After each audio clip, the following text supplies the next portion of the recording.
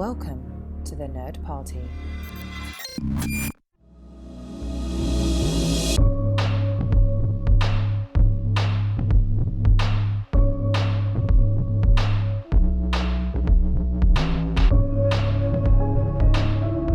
Welcome back to the House of Wright here, the latest wing in the Houselights series, examining the Cornetto trilogy of Edgar Wright. I still refuse to accept any other name than the Cornetto Closet, but I was outvoted 2-1, so that's what I'm going to stick with here.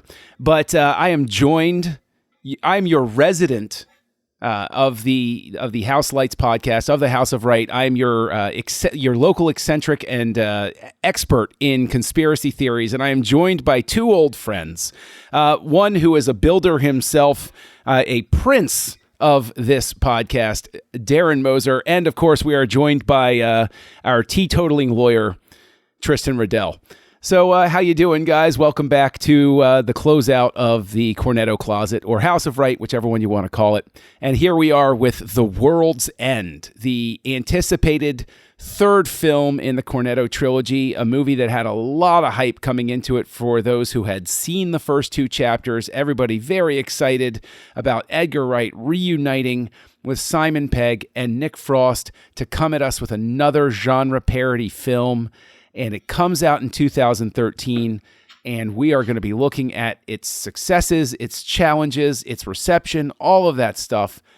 Remember, thenerdparty.com/contact if you want to drop off any suggestions or love or hatred for us. I mean, we accept everything. We are an open forum, and look for the Nerd Party over on Facebook and Instagram, and at Join Nerd Party on Twitter. But guys, typical question that we have always is, did you see it in the movie theater? Did you see it at home? Who did you see it with? And Darren, I will throw this over to you first. Were you camping out on the sidewalk, Phantom Menace style for this? For the first time you saw it yesterday? For the first time. From the comfort of your own home. 2013, I wasn't as into Simon Pegg. I mean, I knew him from other movies as well as the 2009 Star Trek. But I was just from the trailer or little bits that I'd seen, I knew it existed, but I was never like, oh, I have to complete the set. The completionist in me wasn't firing at that time. So, when we brought it up that we could do it here on Houselights, I was excited to finally finish it, go back to my youth of 2013 and rewatch this part of the trilogy. This was post Star Trek. We got Shaun of the Dead, we got Hot Fuzz, Star Trek, and then he finishes the Cornetto trilogy. That doesn't really add anything to the weight. I just find it interesting that like so many people were introduced to Simon Pegg because of Star Trek, that it makes me wonder how many people went back to Shaun of the Dead and Hot Fuzz post 2009 because of Star Trek. I think a lot would have. Yeah. Mm-hmm. I agree. I think that definitely would be, and even might have gone after even seeing 2012's Star Trek Into Darkness. They might have done that. Oh, geez, yeah, post two Star Treks. Yeah, I mean, there's no denying the fact that Pegg's star exploded onto the scene. Pretty much, the cover of this movie should just be Simon Pegg. He's the only one for American audiences that they're getting drawn to. Yeah, but actually, to something you made reference to, Darren, you didn't see it, you didn't feel the need to be a completionist. This is undoubtedly, and I know we'll touch on this, the least talked about entry in the Cornetto trilogy. Hands down. People don't talk much about The World's End. And Tristan, was this something where you had that first theater experience, you ran out and you saw it, or this is something where you waited till it got released because you heard about the reception? People were coming out. There wasn't great word of mouth. What was the expectation here? That's an interesting question because, I missed Shaun of the Dead in the theater for obvious reasons, because it wasn't big in the States until it received that video treatment. But I saw Hot Fuzz in the theater because of how much I loved Shaun of the Dead. But by 2013, that fervor definitely cooled. I mean, this is the opposite of striking while the iron is hot. This was a very strange time to complete an unofficial trilogy. And it's not like something like with the Before trilogy where like, oh my God, 10 years later, they came out with another one. It was very much post Hot Fuzz. It was, okay, when are we doing the next one? Let's get this going. Like let's figure this out. And then it wasn't until, so many years later that it came out. So I missed this in the theater. When I saw the trailer, something about it felt off.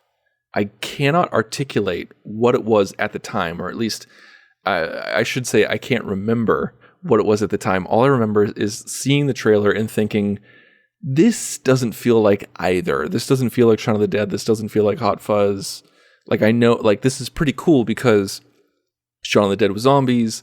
Hot Fuzz was action films. So they're clearly covering sci-fi, which is a really great genre to tackle for this kind of homage that Wright goes for. But I just I wasn't vibing with it. And I don't even remember hearing reviews or word of mouth. I just remember thinking, I'll just wait on this one.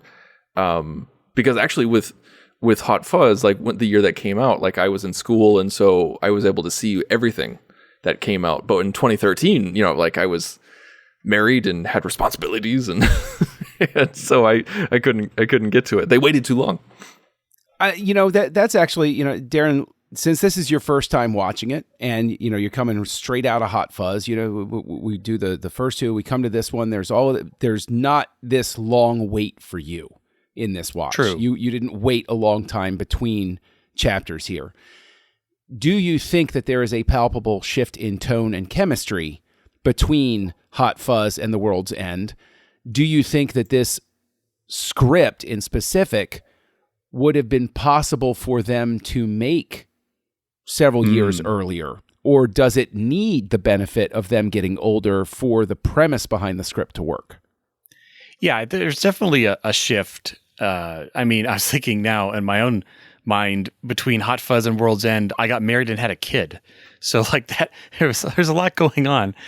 But yeah, I think it's more just because they leaned into it. They're like, okay, we are older. So I feel like that came before the script. They weren't like, okay, well, we got to wait for our bodies to age before we can put out this specific story. But it was more like, okay, we are older. But yeah, totally. I mean, it's like off the bat, it's a Simon Pegg movie. Like the other characters feel so minor. Like, not that they don't get arcs, they do. But I feel like, Hot Fuzz was the buddy cop. So you're invested in both. I mean, obviously Simon's still the main character, but you're invested in him in both characters more. And even in Shaun of the Dead, it's much more the ensemble. And maybe that's more of the type of, genre they're going for.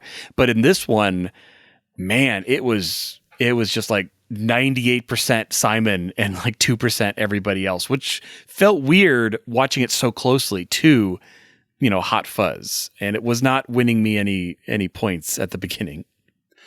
Tristan, to Darren's point there, this is much more of an effort at, we have a bit of a star vehicle, but I would offer also, in the previous two, we have two buddies at the center of the story, whereas this is one guy and a group of friends. So it's more of, if you'll pardon this, it's more of a Star Trek if Kirk were the sole focus as opposed to the big three, right?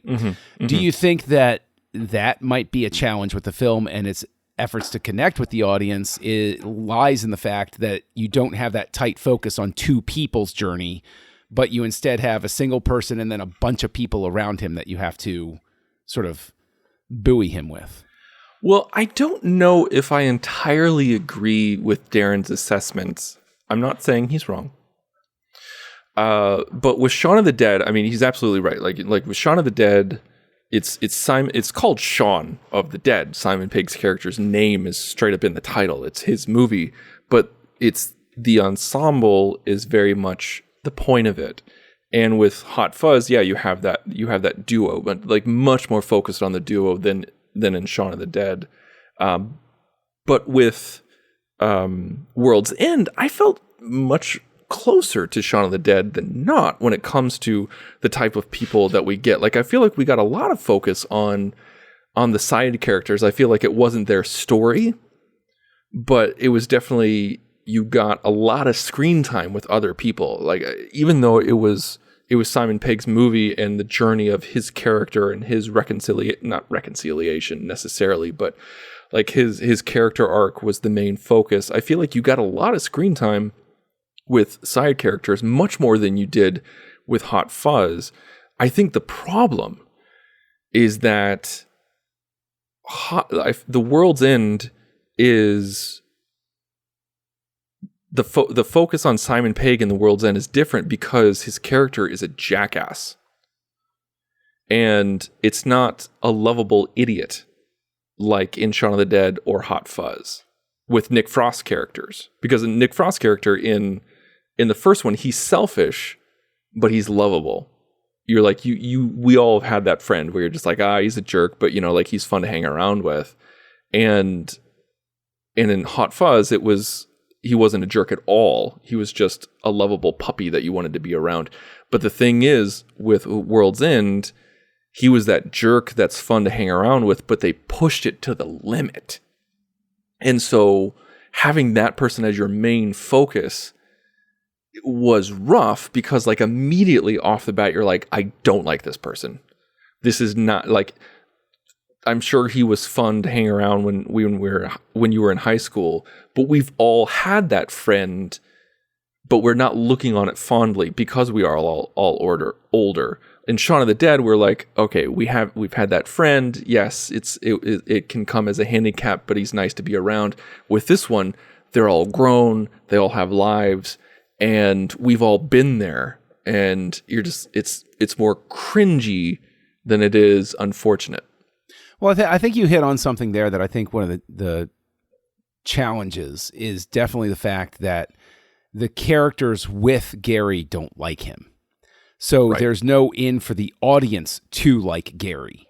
Gary is a challenge to like, and the people around him don't like him. So we're receiving no signal from the film itself to root for our main character. It's an unlikable protagonist. And while I would argue that can and does work in plenty of situations, we'll save it for the end as to how well we think it works here. Darren, do you think that repositioning, do you think Tristan has a valid point here? Did it prove a challenge for you to connect with this film because the nature of the protagonist shifted in such a way? Oh, it definitely did. Yeah, I think everything you guys said about Gary King, I mean, he's just, all the main characters, I mean, the other ones are a little softer than Gary. Like he's just he's like a 12, all the time. But yeah, it's like, I wouldn't hang out with any of these people. Like these are like, I'm not interested in anything. So it's hard to find that connection. Probably the first character I connected with was just Sam, because she seems just like a normal person that has decency. So I'm more interested. And then she gets put in the car and leaves. And you're like, okay, well, I guess you're not main character-ish enough right now. But I was really excited for, Martin Freeman's character, because I'm like, okay, well, he hasn't been in the main group yet. He's been in the ancillary, he was at the police force, but we, only had a couple lines. I'm like, okay, now he's one of the five. And again, it's like, I don't know, maybe because again, so much time has passed, they're all in this like midlife crisis mode, and it's just a downer. Well, I think that possibly one of the bigger challenges with the structure of the movie is that even though it's sort of a tired type of movie by this point, the whole concept, a la something like Grosse Pointe Blank, of bringing people together to have a high school reunion, which could serve as a method of bringing these five unlikely people together without so much setup in the beginning. The reason we all go along with it is because we all understand the obligation of coming to the thing and having that tension of, have they changed? Are things the same? Why am I even here? I'm not the same person I was 20 years ago. And having that become the thing of, hey, let's meet the night before and try to recreate the pub crawl as we get ready for the high school reunion. And they're all on this journey of discovery of finding out where each of them are, as opposed to having Gary become the driving force. I think that's incredibly smart. And I think a touch point, or I should say pain point, in the film that I didn't realize was there until I watched it this time, where I think I clocked it where it was 38 minutes is when the twist comes, the reveal that something otherworldly is happening. 38 minutes, and so that's the first act. The first act is prep for is prep for everything, like them getting together, them deciding to get together, getting together, and then not having a good time, and then the second act is the discovery and decision to go about what they're going to do as to not, raise attention to themselves. And the third act is full on fighting, trying to survive. That's a long time to invest in prep. 38 minutes to get everybody together and have the twist. And I think that's the thing, John, is that you came up with a really solid idea, and it's not so much like, oh no, turn this pub crawl. You weren't suggesting turn this pub crawl into high school reunion. No, have the high school reunion as the reason they're together, and then say like, oh, the day before, day after, whatever, let's recreate the pub crawl. Like it could be a footnote as to why they're there, but then it's boom, they're there together. We know what's going on. We have flashbacks, maybe something like that. Again, I'm not trying to rewrite the movie, but I think that would have streamlined it a great deal and make the first act much more palatable instead of spending so much time on setup. You know what I would have done? Because I totally agree, Tristan. The first act is really, really long, and it's like setup for the setup. Because what if they had done this? We start on the bus station bench before Gary's coming to pick them up, and we don't know who these guys are. They kind of seem like they know each other, but they're all older, and you can tell like kind of their friend days are in the past. We all know those circles. And then we have about 10, 15 minutes, but it's all done in the Edgar Wright smash narration method, and we use all the footage of Gary meeting them, and it's like Oliver, oh man, he was called that because he had the 6 on his forehead, and he is now a real estate broker, not a very good one, because we didn't really have that at all. We had it in the beer pulls, but we didn't have that kind of narrative. So where Hot Fuzz succeeded in a brilliant amount of setup in that cross-cut quick style for Hot Fuzz, we didn't have any of that. We spent 30 minutes to basically get the same thing we got in like 5 in Hot Fuzz. And they spent all of that with this intro of describing the perfect night, like the night that he keeps trying to chase. And I'm glad that you brought that up about Wright's editing style of like throwing the flashback and everything like that. Like I felt like this was Edgar Wright kind of overdoing it with his editing style, because I remember watching this and like seeing them, like they give this like this 16 millimeter grain feel to the intro, but the editing was so harsh and so flashy that I actually caught myself blinking extra because it was just so sensory overload. It was almost like the intro to Into the Spider-Verse, where you're just like, oh my God, what's happening to my brain?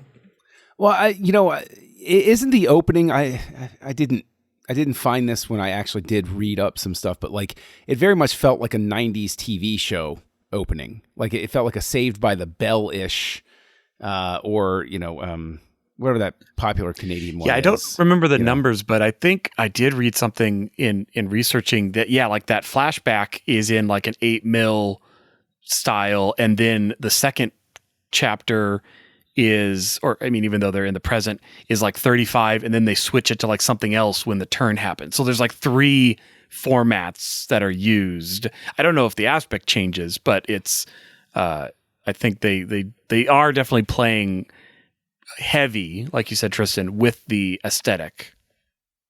Yeah, it's interesting because I think that this is the one where of these 3, I look at Shaun of the Dead, I look at Hot Fuzz and I say, that's Edgar Wright. I see that. I see him immediately. And with this one, I struggle to find him at points. And I don't know if that's the result of him having done Scott Pilgrim and thinking, oh, well, I'm going to bring over some of this crazier stuff that I did and stretch my legs here. And I think it's one of the challenges with them waiting for so long is you and it's even one of the points of the movie is you don't remain the same person. You grow and you change. And is this Edgar Wright the same guy that directed even Shaun of the Dead and Hot Fuzz? Or has he now garnered enough experience doing other things that he doesn't really belong here right now? Can you go back to directing like an 8mm, after becoming the big time director? Can you go back to that simpler style, especially after Scott Pilgrim, where you've gone into the A leagues of budget and production to now kind of, like we said before, like could Edgar Wright go back and make Shaun of the Dead now? Like you're a different person and you have different skills. Well, it's just like Spielberg doing Ready Player One. I watched the movie and I'm like, this is Spielberg trying to be who he was in the 80s, and he's not that guy anymore. He just doesn't exist anymore. I think that's really astute because this is clearly post Pilgrim. And I really think that this movie would have done much better with a much smaller budget. Because I think one main criticism that I have of this film, I know that we've been harping on it, but there's a lot of good things about this. Like it's a really solid script in terms of dialogue. I think there's some really clever jokes. There's that very clever Pegg and Wright interwoven storylines where there's a lot of symmetry from the beginning to the end with a lot of repeat of lines and situations where they tease exactly what's going to happen right at the beginning, and with the formation of the crawl itself shows you what's going to happen throughout the movie, just like in Shaun of the Dead. Like just through the names of the people showing you what kind of traits they have. So there's a lot of solid stuff with this movie, but I think one big problem is that this isn't an homage to sci-fi films. Like Shaun of the Dead was an homage to zombie films and horror films, and Hot Fuzz was an homage to action films. This is just a sci-fi film. This is a sci-fi comedy. It's not an homage to sci-fi. It's just a straight sci-fi. And I think that's one of the problems is that it doesn't sit feel down like and it's part of say, it. let's list all of the sci-fi tropes and hit them all. Yeah. They did with Hot Fuzz, with the cop tropes. They don't do that here. So that it doesn't really feel like the Cornetto trilogy. It feels like Edgar Wright and Simon Pegg, absolutely. But it doesn't feel like that homage/parody territory. Well, and to talk positives, because we have been fairly critical, but rightly so. But I think Pegg is amazing in this. He carries this entire movie. He is the Tom Cruise of this trilogy, just running and going. But again, at the very beginning, I'm like, it's almost so much of him where he has to carry the whole thing because we take so long to get to the other characters.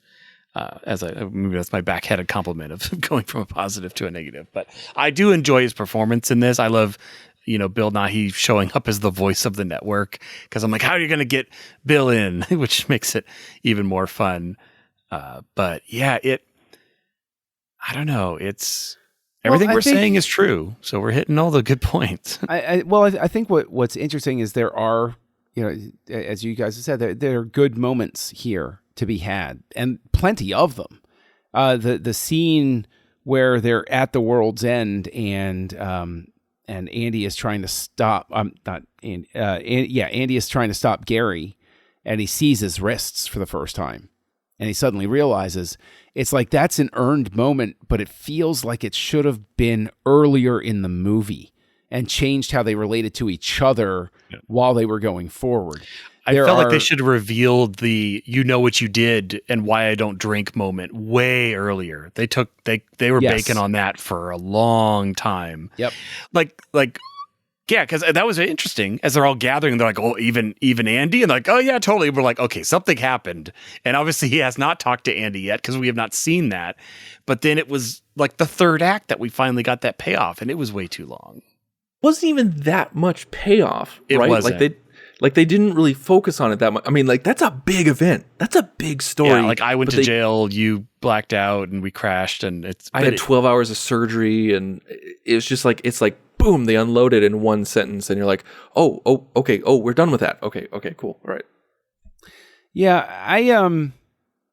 I do think that there, for the other positives that they have, I think that some of these side supporting characters are better formed than some of the side supporting characters in other instances of the Cornetto trilogy. And what I mean by that is I have a tremendous fondness for David Bradley as Mad Basil. The crazy pub guy with the conspiracy theories and everything like that, because that is a trope that I think that they do pay enough attention to, that the crazy guy in the pub winds up being the guy that actually had figured everything out, and he didn't do anything with the knowledge except make sure that he was okay. Except for he had like swirly straw. Right, exactly. But that's the beautiful thing about it, is that is actually, I've known quite a number of conspiracy theorists in my life. I am one. And I can tell you that that's all that they are. Is like they figured it out, and they're not going to try to save the world. They're like, oh no, I can't win. I'm just going to make sure I'm okay for as long as possible. And I think that's such a beautiful character as a result. And honestly, I'm just such a fan of David Bradley that I'm like, just seeing him on screen, I'm like, yay, it's him. So, and not just because he was in Harry Potter. I've seen him in other things too. The first guttural laugh I got from this movie was when they went to the second bar, and it was exactly the same as the first bar. Yep. I'm like, okay, that was an earned funny moment. But that's another thing, is that whole concept of the homogenization of everything, where everywhere you go, the Starbucksification. Yeah. Like I just went on a trip outside of the borders of my country. And one of the ports we rolled into in a foreign country had new construction on the port and a giant Starbucks logo with a coming soon on it. And I'm like rubbing my temples thinking to myself, why would I want a Starbucks here? Why would I want a Starbucks here? Like, I left Starbucks back there. I don't want it to follow me. And I think this movie does a very good job of capturing that sentiment. I think my first guttural laugh was when I think it was either the second or third bar, and like he was taking a really long time to pee. Andy was taking a really long time to pee. And he's like, oh yeah, they're taking a really time to pee. Like, he's like, maybe he's doing something else, and he kind of taps his nose. He said, it's like, yeah, a poo. It's like, how is that a poo?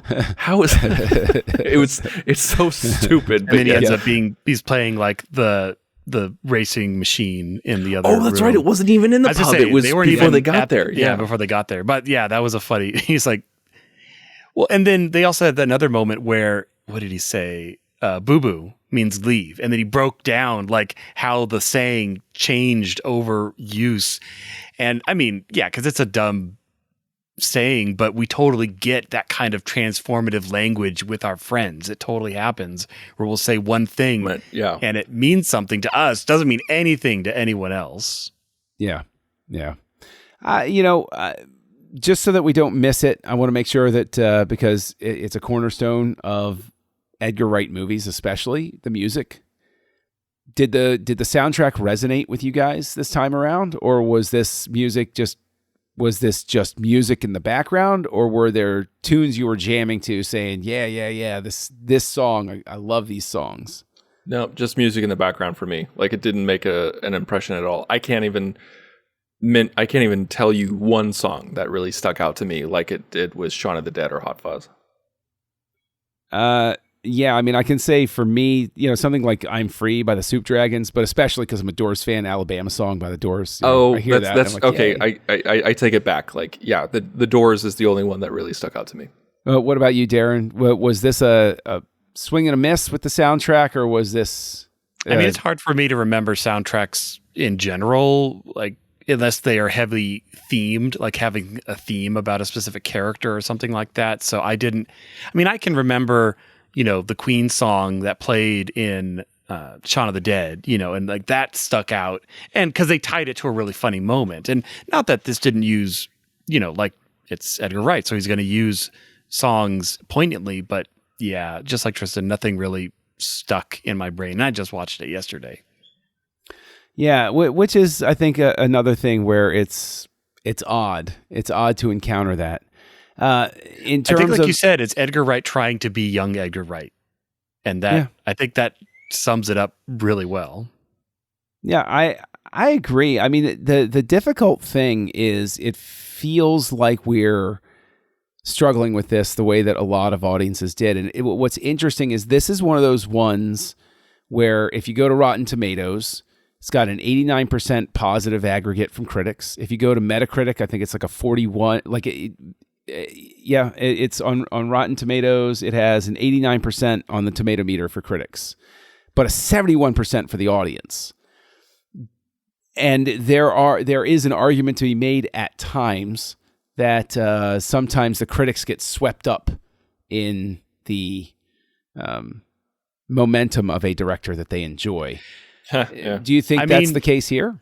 I define it as I wouldn't buy this movie on its own, but if it came in the 3-pack of the Cornetto trilogy, then I would own it, but I would still probably never watch it again. Ooh, ow.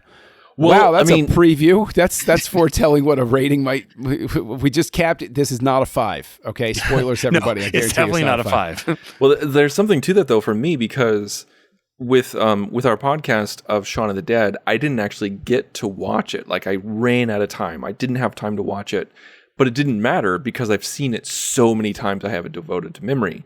With Hot Fuzz, I kind of was able to watch it, but I had to watch it in pieces while I was at work and like just in the background, but it didn't matter because I'd watched it so many times. With World's End, this is the second time I've watched it. And so there's just not that natural inclination to go back and visit it. Like with Shaun of the Dead, it is like, I've talked to so many people who are like, oh yeah, whenever that's on, I watch it. If it's on TV, I watch it. Or if I just need something to make me feel better, I'll pop it in the Blu-ray player or stream it. And with Hot Fuzz, it's the same way. Not to the extent that Shaun of the Dead is, but like very much in that tier. And with The World's End, nobody talks about it. Nobody feels the need to just pop in World's End. And it's not the warm blanket that the other two are. Now, we talked about the opening earlier, and one thing I want to hit on is something that I'll just flat out say I dislike the way this film wraps up. I think that it earns some positive momentum at the end. I mean, it's a coda, practically. It's very different. Right. But we have the expected and what I consider welcome. Screw you, we're humans. We'll screw it up if we want to. You don't tell us, we value all. And I'm like, yeah, okay. I love these types of messages where it's, it's the people. It's like, yeah, we might blow ourselves up, but we get to do that anyway because that's who we are. I actually thought of you, John. I thought of you in that moment where I was like, this is a very John type of speech.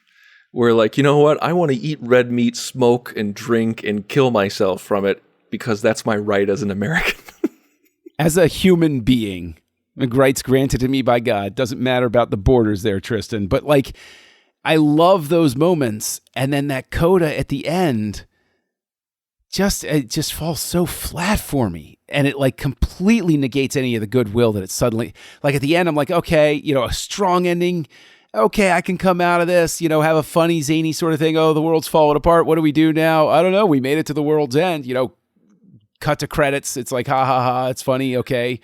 I think that's them trying to get to the parody and homage of it, where when you have a sci-fi that turns into post-apocalyptic, post-apocalyptic is, you have that sci-fi element. Like if you have 2012 or, Terminator 4 or The Road, whatever, stuff like that. I guess that's not sci-fi. But you know what I'm trying to say? Like, that's when they start to parody. That's when they start to homage. But it's just in the last 3 minutes. Yeah. And so it feels like it's a rush to get back to its roots at the very end.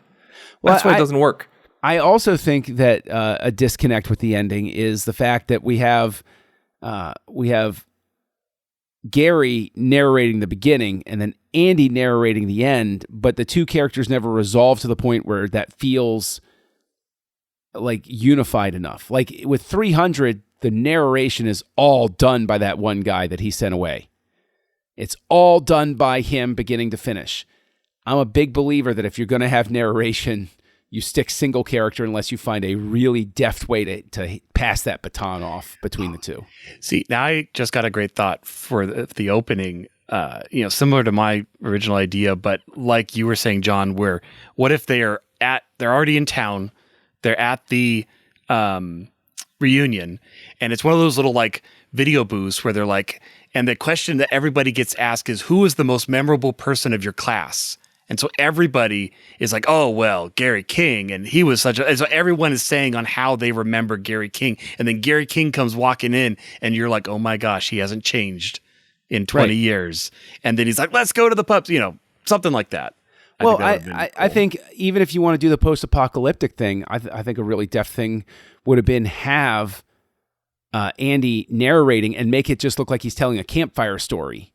Right? Or reminiscing with somebody. And then at the end, the camera starts pulling back and you realize the world is over. And he's actually sitting there in this post-apocalyptic camp talking about Gary is the reason that we're in this mess. Like, I think that's a much more contained and like he ended story. The world because all he wanted to do was do a pub crawl. Right. Like, that's hilarious. Yes. Right.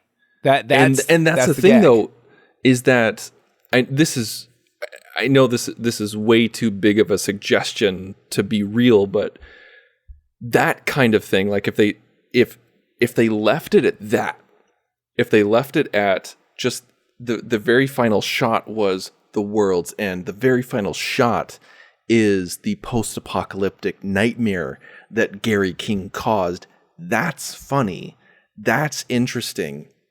And having that narrator come to the end. And then that in itself, there's a couple different ways that they could do that, where he's the narrator and it ends with the world's end. We don't need to catch up on all the other people. We don't need to catch up on blank Page, Peter, blank Martin Friedman. We don't need to catch up on them. We don't even need to catch up on the other people. But if... The two ways that I'm talking about is like, if that's the ending shot, like boom, that's hilarious, boom, credits.